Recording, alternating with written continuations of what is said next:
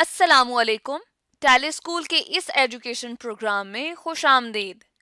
ये programme TV पर हुकूमत पाकिस्तान और सबक फाउंडेशन की शिराकत से पेश किया जा रहा है। इसके लेसन्स पाकिस्तान के तमाम तालीमी बोर्ड्स बशमूल कैम्ब्रिज के सिलेबस के मुताबिक तैयार किए गए हैं, जिसमें एजुकेशनल कंटेंट सबक फाउंडेशन प्रोवाइड कर रही है। सबक फाउंडेशन की वेबसाइट सबक.pk पर केजी से 12वीं जमात तक वीडियोस और प्रैक्टिस टेस्ट बिल्कुल मुफ्त दस्तयाब हैं। मैथमेटिक्स के लेसन में ऑपरेशंस ऑन कॉम्प्लेक्स नंबर्स के बारे में पढ़ेंगे। ये क्लास 9th में सिंध के अलावा बाकी तमाम बोर्ड्स में chapter number 2 real and complex numbers के नाम से है, जबकि सिंध में system of real numbers, exponents and radicals के नाम से है। इस लेसन में law of exponents, equality, addition and subtraction of complex numbers के बारे में पढ़ेंगे। आज के लेसन और इससे मुंसलिक तमाम वीडियो लेक्चर्स को घर बैठ के देखने के लिए आप सबक.pk की वेबसाइट पे जा सकते हैं और वहां फ्री वीडियो लेक्चर्स के साथ साथ प्रैक्टिस टेस्ट भी मौजूद हैं, जिन्हें देखकर आप अपने कॉन्सेप्ट्स को पुख्ता कर सकते हैं और इम्तिहानात में ट्यूशन लिए बगैर शानदार नंबर हासिल कर सकते हैं। ये सब कुछ सबक.pk की वेबसाइट पर बिल्कुल मुफ्त दस्तयाब है। लॉज ऑफ एक्सपोनेंट्स और इंडेक्स पे हम बात कर चुके हैं। अभी हम बात करेंगे जी हम इन लॉज को किस तरह से अप्लाई करते हैं और क्वेश्चंस को सॉल्व करते हैं। जी solve by applying laws of exponents. Part 1 है 8/125 की जो होल पावर है वो है -4/3। अब according to law of indexes, अगर आपको याद हो तो हमने बात की थी कि अगर फ्रैक्शन में पावर हो, होल पावर हो, तो हम न्यूमरेटर और डिनोमिनेटर की पावर को अलग कर सकते हैं। तो फर्स्ट स्टेप हमारा जो यहाँ पे बनता है, ठीक है, वो स्टेप होगा कि 8 की पावर -4/3, ठीक है। इस तरह 125 की पावर जो है -4/3 वो क्या हो जाएगी, अलग हो जाएगी, ठीक है। इसी तरह से नेक्स्ट स्टेप हमारे पास क्या होगा, डिनोमिनेटर की पावर न्यूमरेटर में जाएगी, पॉजिटिव हो जाएगी, न्यूमरेटर डिनोमिनेटर में आएगा तो ये भी पॉजिटिव हो जाएगा, ठीक है। तो हमारे पास आ जाएगा जी यहाँ पे 125 की पावर जो है वो आ जाएगी +4/3। इसी तरह 8 की पावर जो है वो भी आ जाएगी +4/3, ठीक है। नेक्स्ट स्टेप हमारे पास जो होगा वो होगा अगर आप 125 की फैक्टराइजेशन करें, ठीक है। अगर आप 125 की फैक्टराइजेशन करें तो 125 हमारे पास बनता है किस तरह, 5 × 5 × 5, ठीक है। होल पावर कितनी है जी, 4/3। इसी तरह अगर आप 8 की फैक्टराइजेशन करें, 8 के फैक्टर्स बनाएं तो 2 × 2 × 2, तो होल पावर कितनी हो जाएगी, 4/3, ठीक है। उसके बाद 5 3 टाइम्स आ रहा है, तो अगर हम इंडेक्स फॉर्म में 5 को लिख लें तो ये बन जाएगा 5 की पावर 3, होल पावर कितनी है, 4/3। इसी तरह से अगर हम 2 को भी इंडेक्स फॉर्म में लिख लें, ठीक है, यहाँ पे तो ये बन जाएगा 2 की पावर 3, ठीक है, होल पावर कितनी आ जाएगी, 4/3। अब यहाँ पे आपको पता है कि ब्रैकेट मींस मल्टीप्लाई, ठीक है, तो यहाँ पे 3 से कैंसिल आउट हो जाएगा। इसी तरह यहाँ से ये 3 इस 3 से कैंसिल आउट हो जाएगा, तो ये बन जाएगा जी 5 की पावर 4 डिवाइडेड बाय 2 की पावर 4, जो कि इक्वल होती है 5 की पावर 4 होती है इक्वल 625 के, और 2 की पावर 4 किसके इक्वल होती है, 16 के। तो आपने देखा कि हमने लॉज ऑफ एक्सपेरिमेंट्स को यूज करते हुए हमने किस तरह से सॉल्व किया। यहाँ पे 5 की पावर 4 मीन 5 को अगर आप 4 टाइम्स मल्टीप्लाई करें, 5 × 5 25, देन मल्टीप्लाई बाय 5 125, और फिर मल्टीप्लाई करेंगे 5 के साथ, तो आपके पास 625 आंसर आ जाएगा, ठीक है। अब यहाँ पे ये तो पार्ट 1 था। पार्ट 2 देखें, ठीक है। अब इसको किस तरह से सॉल्व करेंगे, यहाँ पे मैं डिफरेंस के लिए एक लाइन लगा देता हूँ जी। आ गया फर्स्ट स्टेप हमारा एज इट इज 4 × 3n, ठीक है। यहाँ पे अगर आप देखें, हमें याद है कि अगर बेसिस सेम हो तो पावर्स ऐड हो जाती हैं, या हम सिंपल इसका जो है जो उलट है यानी इसका अपोजिट है वो भी लिख सकते हैं। वो क्या है जी, अगर पावर्स ऐड हो रही हैं तो हम उनको दो नंबर्स की प्रोडक्ट यानी सेम बेसिस के प्रोडक्ट के अंदर लिख सकते हैं। 3 की पावर n डॉट यानी मल्टीप्लाई बाय 3 की पावर 1, ठीक है। यानी अगर मैं इसको दोबारा से 3 बेस सेम रखूं तो पावर्स आपस में ऐड हो जाएंगे, ठीक है, एक्सपोनेंट्स आपस में ऐड हो जाएंगे। तो ये बेसिकली इसका रिवर्स हो गया, ठीक है। अगर हम यहाँ से इस तरफ जाएं तो हम इस प्रोसेस में आते हैं, अगर हम इसके रिवर्स में आ जाएं तो हम दोबारा इस चीज के अंदर आ जाएंगे। और साथ हमारे पास क्या है, -3 की पावर n, ठीक है। अब यहाँ से अगर आप देखें 4 इंटू 3 की पावर n, ठीक है, और यहाँ पे अगर आप देखें 3 की पावर n और 3 की पावर n दोनों में ये कॉमन आ जाएगा, ठीक है। यहाँ पे पीछे हमारे पास रह जाएगा 3 माइनस 1, ठीक है, बिकॉज 3n हमने कॉमन ले लिए तो 3 माइनस 1 आ जाएगा, ठीक है। अब ये बच जाएगा हमारे पास ही 4 इंटू 3 की पावर n, ठीक है, इसको थोड़ा नीचे कर लेते हैं, 4 इंटू 3 की पावर n, ठीक है, और यहाँ पे हमारे पास आ जाएगा जी डिवाइडेड बाय 3 की पावर n, 3 माइनस 1 कितना होगा 2, ठीक है। अब यहाँ से अगर आप देखें तो 3 की पावर n जो है, इसे ब्रैकेट में कर लेते हैं, 3 की पावर n जो है 3 की पावर n से कैंसिल आउट हो जाएगा, पीछे हमारे पास रह जाएगा 4 डिवाइडेड बाई 2, 2 1 टाइम्स 2 और 2 2 टाइम्स 4। तो आपने देखा कि हमने किस तरह से लॉज ऑफ एक्सपोनेंट्स को यूज करते हुए हमने ये पार्ट 2 जो है इसका वो भी सॉल्व कर लिया। इसी तरह से आप और भी जितने कॉम्प्लिकेटेड क्वेश्चंस हैं आप उनको लॉज ऑफ एक्सपोनेंट से लॉज ऑफ इंडिसेस को इस्तेमाल करते हुए बड़ी आसानी के साथ सॉल्व कर सकते हैं।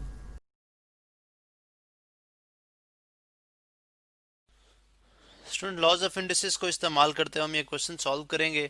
पंजाब टेक्स्ट बुक 2013 में से ये क्वेश्चन उठाया गया है और आप देखें कि क्वेश्चन है जी 4 into 3 raise to power n divided by 3 raise to power n plus 1 minus 3 raise to power n। अब आप जानते हैं कि जो 3n प्लस 1 है, 3 raise to power n plus 1, यानी एक्सपोनेंट जब आपके पास n प्लस 1 हो, ये बेसिकली क्या है कि जब आपके पास दो एक्सपोनेंट जिनकी बेसिस सेम हो, ठीक है, जब आप उनको ऐड करो, यानी अगर मैं 3 रेज टू पावर n और 3 रेज टू पावर 1 ये आपस में मल्टीप्लाई होंगे, बेसिस सेम होने की वजह से पावर्स इनकी ऐड हो जाएंगी। तो मैं इसको प्रोडक्ट सम में भी लिख सकता हूँ और इसको लाइक ब्रेक करके भी लिख सकता हूँ, जैसे मैंने यहाँ पे लिखा और सम में मैं इसको रिवर्स में लेके आ सकता हूँ। इन अदर वर्ड, आप अगर लॉस प्रॉपर लॉ की बात करें तो ये है जी कि अगर x की पावर m हो और x की पावर हमारे पास n हो तो वो किसके इक्वल होती है, x की पावर m प्लस n के इक्वल होगी। अब यहाँ पे मैं साइड पे रेफर करता जाऊंगा, जो जो लॉज इस्तेमाल होते जाएंगे मैं उनको मेंशन करता जाऊंगा। अब यहाँ पे इस तरह से हमारे पास ये चीज बन जाती है, इक्वालिटी का साइन है 4 3 raise to power n divided by 3 की पावर n, ठीक है, और 3 की पावर 1 माइनस 3 की पावर n। अभी मैंने क्यों किया, बिकॉज मैं 3 की पावर n को सॉल्व करना चाह रहा हूँ, मुझे इसलिए इसको सम से वापस रिवर्स जो है वो ब्रेक करके लिखना पड़ा है। अब अगर आप देखें यहाँ पे तो मैं 4 into 3 raise to power n, because ये सॉल्व नहीं हो सकते, बिकॉज इसकी बेस इसकी पावर यहाँ पे 1 है लेकिन ये 4 है और ये 3 है, इसलिए एज इट इज हमने लिख दी है। अब अगर आप 3n यहाँ से कॉमन ले लें, ठीक है, कॉमन लेने का कॉमन किस तरह से लिया जाता है, अगर आप यहाँ पे देखें तो हमारे पास 3n है, यानी मैं इस टर्म को यहाँ पे लिख रहा हूँ, ठीक है, 3n मल्टीप्लाई बाय 3 की पावर 1 माइनस 3 की पावर n। अब हम क्या करेंगे, 3 की पावर n के साथ मल्टीप्लाई भी कर देंगे और डिवाइड भी कर देंगे, 3 की पावर n के साथ डिवाइड भी कर देंगे। आपको पता है किसी भी फ्रैक्शन को जब आप एक ही नंबर से मल्टीप्लाई भी करो डिवाइड भी करो, फ्रैक्शन पे फर्क नहीं पड़ता। 3n हमने यहाँ पे लिख दिया एज इट इज, ठीक है, और ये जो डिवाइड हो रहा है 3n मल्टीप्लाई बाय 3 की पावर 1, ये दोनों से बारी बारी डिवाइड होगा अकॉर्डिंग टू डिस्ट्रीब्यूटिव लॉ, यानी 1 ओवर 3n है बेसिकली, ये एक दफ़ा इससे डिवाइड होगा और एक दफ़ा इससे डिवाइड होगा। डिस्ट्रीब्यूट करेंगे इसको, माइनस 3 की पावर n बाय 3 की पावर n, यहाँ से 1 टाइम्स होगा और ये यहाँ से कैंसिल आउट हो जाएगा, ये आ जाएगा 3 की पावर n ओवर 3 माइनस 1, ठीक है।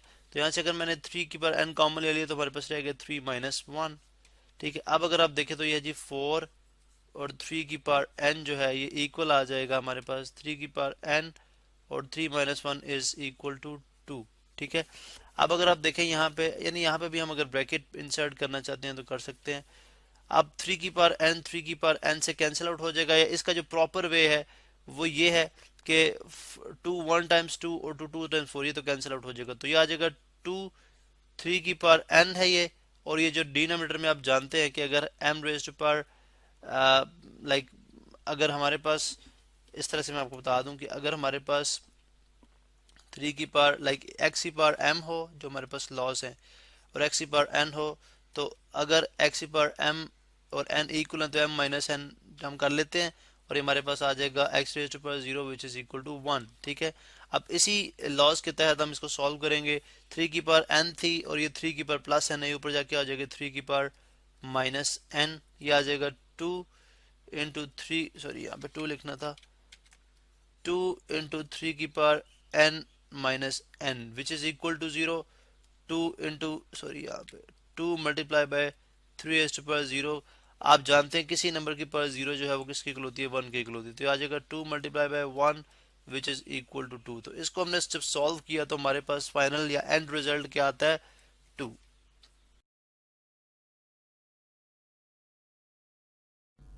आज हम उस कंडीशन को स्टडी करेंगे जिस कंडीशन पे दो कॉम्प्लेक्स नंबर्स आपस में इक्वल होते हैं, यानी इक्वालिटी ऑफ कॉम्प्लेक्स नंबर्स। ठीक है, हम बात करते हैं जी कि for all A B C and D belong to R. ठीक है, belong to R, A plus iota B is equal to C plus iota D.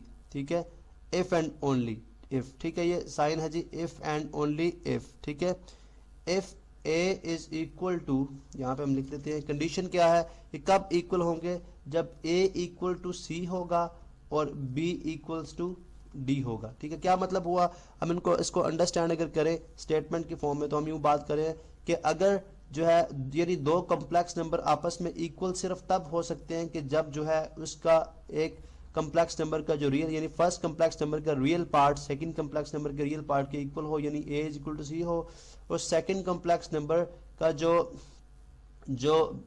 Imaginary part है वो सेकंड कॉम्प्लेक्स नंबर के इमेजिनरी पार्ट के equal हो, यानी b is equal to d हो। ठीक है, तो ये ओनली सिर्फ ये कंडीशन है कि दो नंबर्स जो है आपस में इक्वल हो सकते हैं। जैसे अगर हम ये बात करें कि अगर हम एक क्वेश्चन ले लें यहाँ पे, तो हम बात करते हैं जी 2x plus Y square iota is equal to 4 plus 9 iota के। ठीक है, अब अगर हम इस क्वेश्चन को यहाँ से सॉल्व करें, ठीक है, यहाँ पे हमें बोला ये जाए कि आप x और y को सॉल्व करें। ठीक है, या अगर हमें ये कंडीशन दे दी जाए कि अगर ये दोनों अगर आप देखें ये दोनों कॉम्प्लेक्स नंबर्स आपस में इक्वल है, कहाँ से पता चल रहा है, इस इक्वलिटी के साइन से। ठीक है, तो ये फिर तभी पॉसिबल हो सकता है कि अगर जो है 2x इक्वल हो जाए 4 के, ठीक है, और वाई स्क्वेयर जो है वो इक्वल हो जाए 9 के। ठीक है, वाई स्क्वेयर इक्वल हो जाए 9 के। अगर 2x इक्वल टू 4 है तो x किसके इक्वल आ जाएगा, 4 इधर मल्टीप्लाई हो रहा है इधर आके डिवाइड हो जाएगा, 4 डिवाइडेड बाय 2 इज 2। ठीक है, या दूसरा मेथड जो प्रॉपर है जिसमें दोनों तरफ मल्टीप्लिकेटिव इनवर्स ऑफ 2 से मल्टीप्लाई करो तो हमारे पास x इक्वल 2 आ जाएगा, और वाई स्क्वेयर है इसका अंडर रूट लेंगे दोनों साइड्स पे। ठीक है, तो हम लेंगे तो वाई स्क्वेयर जो है यहाँ पे हम लिख देते हैं, अगर दोनों साइड पे हम अंडर रूट ले लें तो y किसके इक्वल आ जाएगा, प्लस माइनस 3 की। ठीक है, तो ये अगर आप देखें तो ये हमारे पास जो है वो वैल्यूज या सोल्यूशन सेट भी आ जाते हैं। तो यानी इन दो कंडीशंस के ऊपर ये वो कंडीशंस हैं जिनके ऊपर हमारे पास ये जो दो कॉम्प्लेक्स नंबर्स हैं आपस में इक्वल हो सकते हैं। ठीक है, इसके अलावा और कोई कंडीशन नहीं है जिसपे वो आपस में इक्वल होंगे। तो लिहाजा equality of two complex number के लिए बात लाजमी है कि रियल पार्ट के इक्वल हो और कॉम्प्लेक्स जो पार्ट है वो कॉम्प्लेक्स पार्ट के इक्वल हो।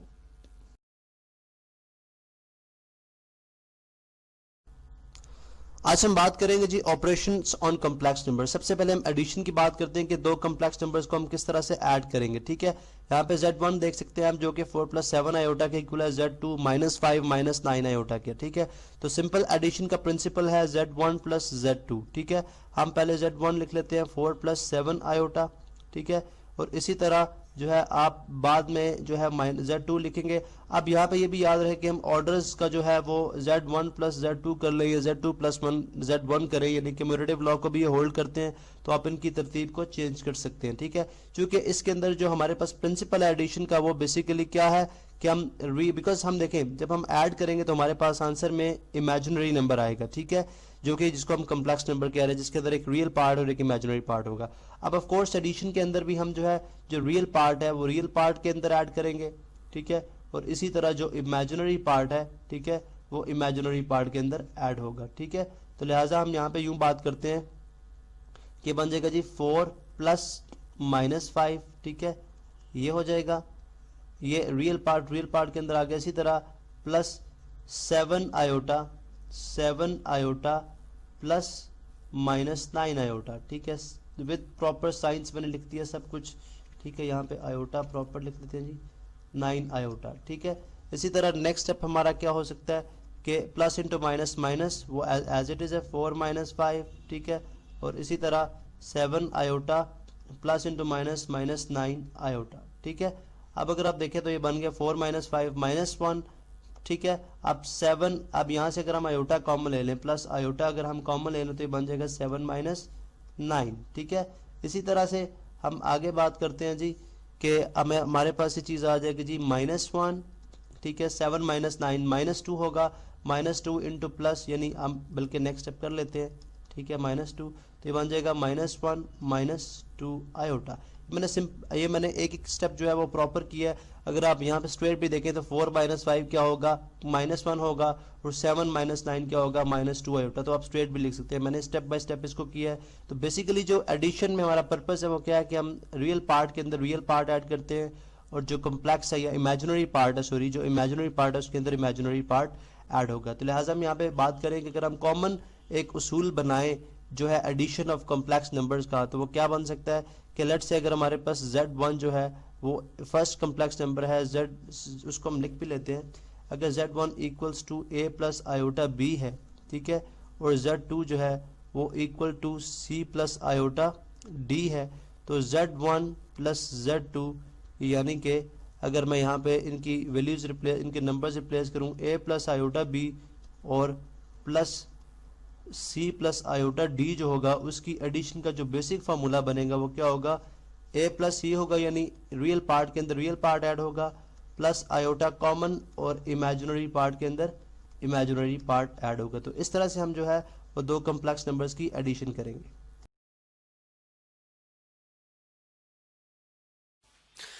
तो यहाँ पर हमारे पास कॉम्प्लेक्स नंबर्स गिवन है और इनकी हमें सब्ट्रैक्शन करनी है, और इनको हमने स्टैंडर्ड फॉर्म में लिखा 2 के साथ।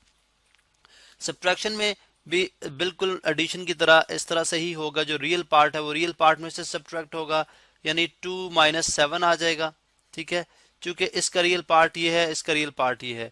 इसी तरह से जो इमेजिनरी है, इमेजिनरी पार्ट में से इमेजिनरी पार्ट, यानी 3 आयोटा और माइनस, और इमेजिनरी पार्ट क्या है, -2। तो यहाँ पे इसलिए हम ब्रैकेट में लिखेंगे, क्योंकि इमेजिनरी पार्ट इटसेल्फ नेगेटिव है, तो इसलिए हमने नेगेटिव में लिख दिया। तो ये आ गया 2 माइनस 7। अगर आप देखें 2 माइनस 7 क्या होगा, हम डायरेक्ट लिख देते हैं, एक नंबर पॉजिटिव एक नेगेटिव। हम क्या करेंगे, बड़े में से छोटा नंबर सब्ट्रैक्ट करेंगे, 7 माइनस 5 2, और साइन वो आएगा जो ग्रेटर नंबर के साथ है। ग्रेटर नंबर 7 है तो हमारे पास -5 यहाँ पे आ गया। उसके बाद प्लस, यहाँ पे देखें 3 आयोटा, माइनस इंटू माइनस आप जानते हैं किसके इक्वल होता है, प्लस के इक्वल होता है, +2 आयोटा के। यहाँ पे हम क्या करेंगे, माइनस आयोटा हमारे पास कॉमन आ जाएगा, सॉरी प्लस आयोटा हमारे पास कॉमन आ जाएगा, तो 3 + 2 आ जाएगा, जो कि इक्वल होता है -5 + 5 आयोटा का। या इन सिंपल वर्ड्स आप 3 आयोटा + 2 आयोटा करें तो हमारे पास -5 + 5 आयोटा आता है। अब अगर आप इसकी शेप देखें तो exactly A plus iota B की फॉर्म में है, A प्लस आयोटा B की फॉर्म में है। अब इसमें जो इमेजिनरी, जो रियल पार्ट है वो -5 है, ठीक है, और जो इमेजिनरी पार्ट है वो +5 है। तो अब इसी तरह से सेकंड जो हमारे पास नंबर गिवन है इसकी भी हम सब्ट्रैक्शन करेंगे। इसमें अब देखें माइनस इंटू माइनस पहले ये दिया गया, अब इसको सॉल्व करेंगे, -1 से मल्टीप्लाई होंगी अकॉर्डिंग टू डिस्ट्रीब्यूटिव लॉ, इससे भी मल्टीप्लाई होगा, फिर इससे भी, तो ये आ जाएगा माइनस इंटू माइनस +3 और माइनस इंटू प्लस -5 आयोटा। इसी तरह से -4 + 9 आयोटा आ गया। अब आप इसमें भी रियल पार्ट में से रियल पार्ट सब्ट्रैक्ट करें। चलो यहाँ पे हम डिफरेंट कलर लेते हैं जी, यानी 3 - 4 रियल में से रियल, उसके बाद माइनस, अगर आप देखें बिकॉज हमारे पास जो फर्स्ट कॉम्प्लेक्स नंबर का इमेजिनरी पार्ट है, ठीक है, -5, ये जो हमारे पास सेकंड पार्ट है जो कि -5 आयोटा है वो नेगेटिव में, तो -5 iota, minus into plus minus -9 iota. अब आप जानते हैं कि जब दोनों नंबर 3 - 5 बिल्कुल इस तरह से सब्ट्रैक्शन होगी, -1 आ जाएगा, 4 - 3 1, और ग्रेटेस्ट नंबर 4 है, इसके साथ नेगेटिव साइन, तो हमारे आंसर के साथ भी -1। इसी तरह माइनस, जब दोनों नंबर नेगेटिव के और आपस में ऐड होने, तो बेसिकली वो होते ऐड है लेकिन साइन नेगेटिव का रहेगा। 9 + 5 14, तो 14 आयोटा, तो -1 - 14 आयोटा। इसमें भी अगर आप देखें तो इसको भी हमने स्टैंडर्ड फॉर्म में लिखा है। स्टैंडर्ड फॉर्म से मुराद कि A + आयोटा B फॉर्म में, यानी A + आयोटा B फॉर्म में। इसमें जो रियल पार्ट है वो -1 के इक्वल है और जो इमेजिनरी पार्ट है वो -14 के इक्वल है।